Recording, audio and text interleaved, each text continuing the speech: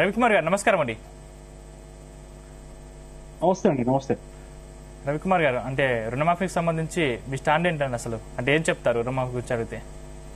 ముందుగా ప్రేక్షకులకి ప్యానల్ లో ఉన్న పెద్దలకి అందరికీ కూడా నమస్తే.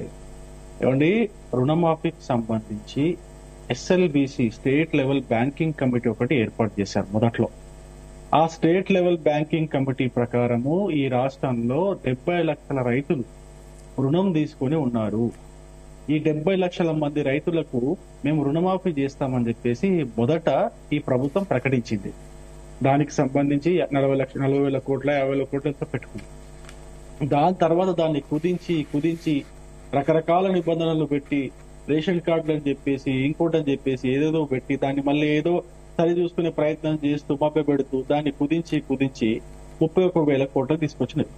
ఈ 31,000 కోట్లలో కూడా పోనీ ఎంతమందికి చేస్తున్నారనేది ఇప్పటికీ కూడా స్పష్టత లేదు. మేము అడుగుతున్న ప్రశ్న ఒకటే, మొదటి విడతలో మీరు చేసింది 11 లక్షల మందికి, అంటే లక్ష లోపు రుణాలు. రెండో విడతలో మీరు చేసింది 6 లక్షల మందికి. ఇప్పుడు మూడో విడతలు ఎంత మందికి చేస్తున్నారు? 17 లక్షల 14 లక్షలు ఎంతో చెప్తున్నారు. సరే, అంతా కలుపుకున్నా కూడా 22-23 లక్షల కంటే ఎక్కువ పోవట్లేదు.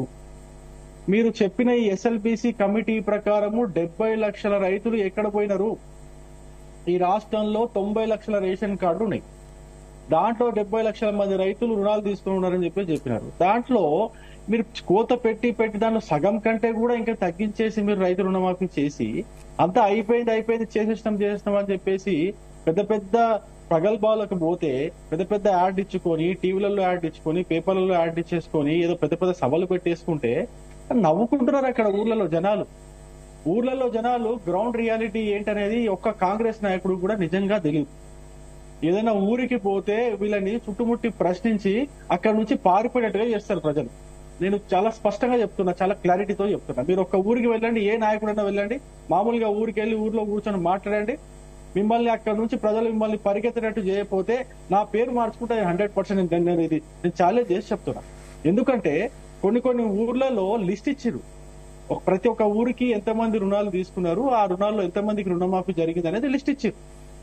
ఆ లిస్ట్ లో చూస్తే మొత్తం పాస్బుక్లు ఒక ఎగ్జాంపుల్ చెప్తున్నా, మొత్తం పాస్బుక్లు ఒక 788 పాస్బుక్లు ఉంటే దాంట్లో లిస్ట్ వచ్చిందే 250 మందికి. ఆ 250 మందికి వచ్చిన లిస్ట్ లో మళ్ళీ కేవలం వాళ్ళ రుణమాఫీ క్లియర్ చేసింది బ్యాంకుల దగ్గర నుంచి కేవలం 100-150 మందికి. అందులో కూడా 100-150 మంది కోత పెట్టింది.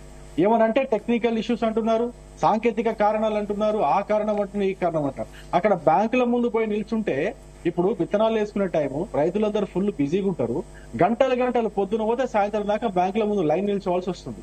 ఏం వ్యవస్థ అండి ఇది? వ్యవస్థ. దేనికి చేస్తారు మీరు ఇవన్నీ? రైతులను ఇబ్బంది పెట్టే పరిస్థితి ఇదంతా. రైతులను ఇబ్బంది పెడుతున్నారు, ఎక్కడ కూడా అవ్వట్లేదు రుణమాఫీ. నేను చాలా స్పష్టంగా చెప్పదలుచుకున్నా, కేవలము ఇంత ముందు కేసీఆర్ గారి హయాంలో ఏదైతే మోసం చేసినారో లక్షలోపు రుణమాఫీ చేస్తామని చెప్పేసి అదే పద్ధతిని ఇప్పుడు రేవంత్ రెడ్డి ప్రభుత్వం కూడా అవలంబిస్తుంది. అక్కడ ఇక్కడ ఎటువంటి మార్పు లేదు. ఇంకా దారుణం ఏంటంటే గత ప్రభుత్వంలో కనీసం రైతు బంధన్న వచ్చేది. ఇప్పుడు విత్తనాలు నాటుకునే టైము,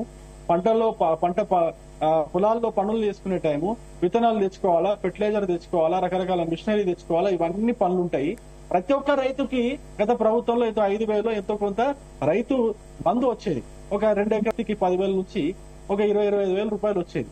ఇప్పుడు అది ఎవరికీ రావట్లేదు. ఎవరు పని చేసుకోవాలి, ఎట్లా పని చేసుకోవాలా, విధానాలు ఎట్లా తెచ్చుకోవాలా, ఫెర్టిలైజర్ ఎట్లా తెచ్చుకోవాలా, ఏంది పరిస్థితి?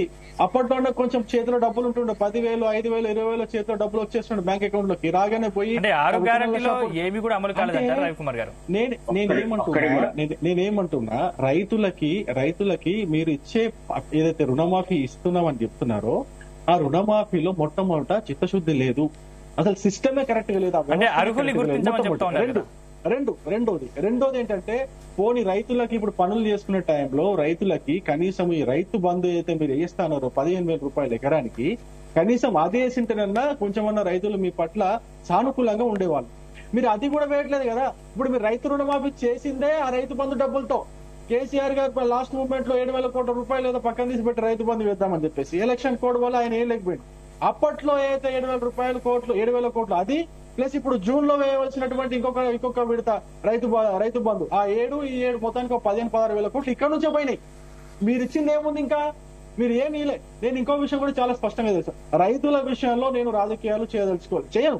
రైతుల విషయంలో రాజకీయాలు చేయకూడదండి ప్లీజ్. నేను ప్యానెల్ ఉన్న ప్రతి ఒక్కరికి కూడా నేను రిక్వెస్ట్ చేస్తున్నా. రైతు చాలా కష్టపడతాడు, చాలా సిన్సియర్ గా కష్టపడతాడు. అందులో ఆ కష్టం మనం ఎవరో చేయలేం.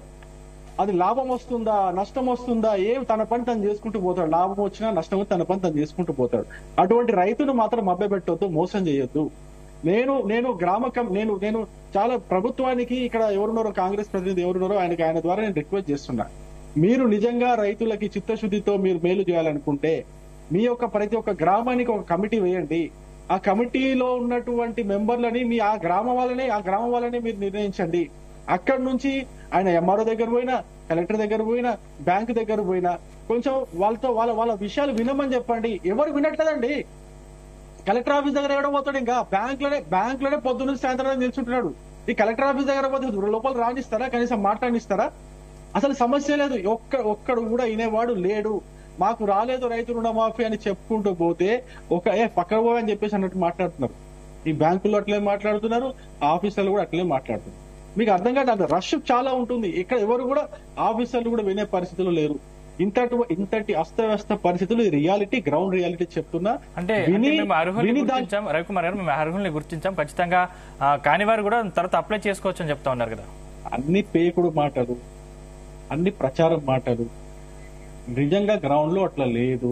నేను మాది మక్తల్ కాన్స్టిట్యున్సీలో నేను మా ఊరు, మా పక్క ఊరు ఒక 8 గ్రామాలు నేను తిరిగిన.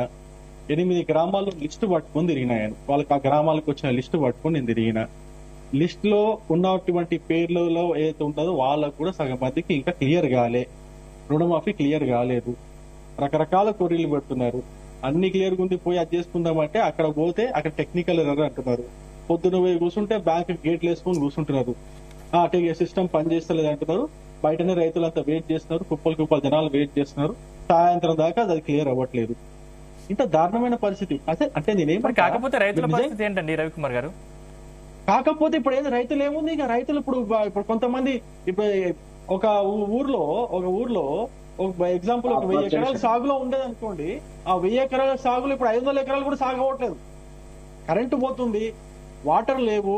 ఇప్పుడు కరెంటు పోతే వాటర్ ఉండదు, కరెంటు లేదు, వాటర్ లేదు. సాగు ఎట్లా చేస్తారు? పోనీ ఈ రెండు ఉన్నాక సాగు చేద్దామంటే చేతిలో పైసలు లేవు. ఇప్పుడు కనీసం ఒక 5 ఎకరాలు ఉన్నోడికి కానీ ఒక 20,000 రూపాయలు వచ్చేవి, అవి కూడా వస్తలేవు. ఎట్లా సాగు చేస్తాడు, ఎట్లా బతుకుతాడు? వలసలు స్టార్ట్ అయినాయి ఆల్రెడీ, మీకు తెలిసిందే కదా. వలసలు స్టార్ట్ అయినాయి. గ్రామాల్లో రైతుల వలసలు గత నెల నుంచి స్టార్ట్ అయినాయి.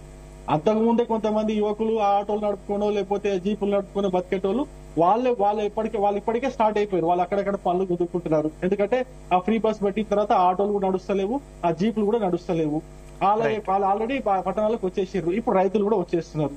నేను అదే అంటున్నా, చాలా దారుణమైన పరిస్థితి ఉంది. గ్రౌండ్ లో రియాలిటీ కొంచెం చెక్ చేసుకోండి. ఉతుత్తగా ప్రేలాపనలు చేసుకోకండి.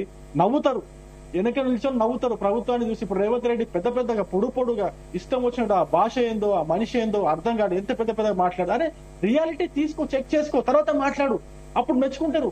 అరే ముందే అసలు అన్ని ఏదో పొడి చేసినా అన్నట్టు మాట్లాడుకుంటే అది సగం కూడా కానిలేదు. మీరు ఇచ్చిన లిస్ట్ లోనే సగానికి సగం కూడా కాలేదు. మీరు ఇచ్చిన లిస్టు 22 లక్షలు 23 లక్షలు ఎంత ఉంది కదా, దాంట్లోనే సగం మందికి ఇంకా క్లియర్ కాలేదు. సరే మీరు డబ్బులు పెట్టారనుకుందాం, ఆ డబ్బులన్నీ కూడా 100% ఆ లబ్ధిదారు ఎవరుతున్నారో ఆ లబ్ధిదారుడి బ్యాంక్ అకౌంట్ లో క్లియర్ అయ్యేంత వరకు కూడా కొంచెం వ్యవస్థని మెరుగుపరచండి, ఆ సిస్టమ్ ని సెట్ చేయండి. దాని తర్వాత మీరు సెలబ్రేషన్ చేసుకోండి. అప్పుడు రైతులు కూడా మీకు సహకరిస్తారు, రైతులు కూడా మిమ్మల్ని మెచ్చుకుంటారు. అరే ఏం కాలేదు, ఆలు లేదు సోలు లేదు, ఆ పేరు ఏదో సోమలింగం అన్నట్టుగా మీరు సంబరాలు చేసుకుంటే ఎట్లంటే నాకు అర్థం కావట్లేదు. ఇది దారుణమైన పరిస్థితి. నేను చాలా వ్యతిరేకత ఉంది కాంగ్రెస్ ప్రభుత్వానికి, రేవంత్ రెడ్డికి. గ్రామాల్లో చాలా వ్యతిరేకత ఉంది.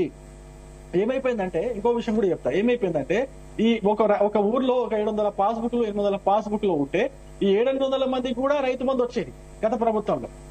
ఇప్పుడు ఏమైపోయింది, ఆ 100-150 మందికి రైతు రుణమాఫీ అయింది అంతే. మిగతా 500 మంది వ్యతిరేకతతో ఉన్నారు. మిగతా 500 మంది ప్రభుత్వం పట్ల వ్యతిరేకతతో ఉన్నారు. నేను ఇక్కడ రాజకీయాలు మాట్లాడలేదు, ఉన్న వాస్తవం మాట్లాడుతున్నా. రైతుల జీవితాల్లో మీరు మంచి రైతుల జీవితాల్లో మీరు ఎంతో కొంత మంచి చేయాలనుకుంటే, వెలుగు తీసుకుని రావాలని చెప్పేసి మీరు పెద్ద పెద్ద డైలాగ్ ఏదో కొడుతున్నారు. మీరు గ్రౌండ్ రియాలిటీ తెలుసుకోండి. వాళ్ళతో రాజకీయాలు చేయకండి. మీ రాజకీయ అవసరం కోసము, మీ రాజకీయ ప్రత్యర్థులని మీరు తిట్టడం కోసము రైతు రుణమాఫీని, రైతుల జీవితాల్ని వాడుకోకండి అని చెప్పి నేను కోరుకుంటున్నాను. రైట్.